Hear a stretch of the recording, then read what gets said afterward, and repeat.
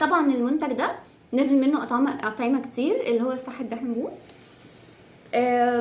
في بيستاشيو، في بندق، وفي كراميل، وفي مانجا وفراوله وتوت وكده. انا جبت المانجا برضو علشان ابقى في الامان يعني. بنجرب. المفروض ان المانجا دي المفروض ان المنتج ده مكون من ايس كريم، ومعاه الصوص بتاعهم بقى، سواء مانجا او سيرب، اللي هو بصوا لو خدتوا بالكم هو متركز تحت، عشان كده برجها. ومضروب مع بعضه مختلط، وعامل لنا بقى المنتج الجديد ده. هنشوف دلوقتي. هو يعني لو فكرنا هنلاقيها انها ممكن تبقى شبه الميلك تشيك شويه، فهندوق. بسم الله.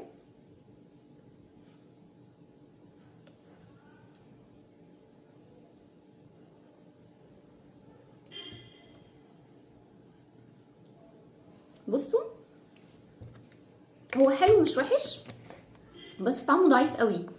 يعني طعم المانجا اللي فيه ضعيفه، مش عاليه كده ومركزه، مش زي فيه طعم ايس كريم، يعني زي ما يكون لبن مضروب فيه شويه مانجا بس هو سكره كويس بصراحه، مظبوط. هو القصه كلها تقريبا في الشكل، يعني عاملين منتج بشكل ظريف بس كده.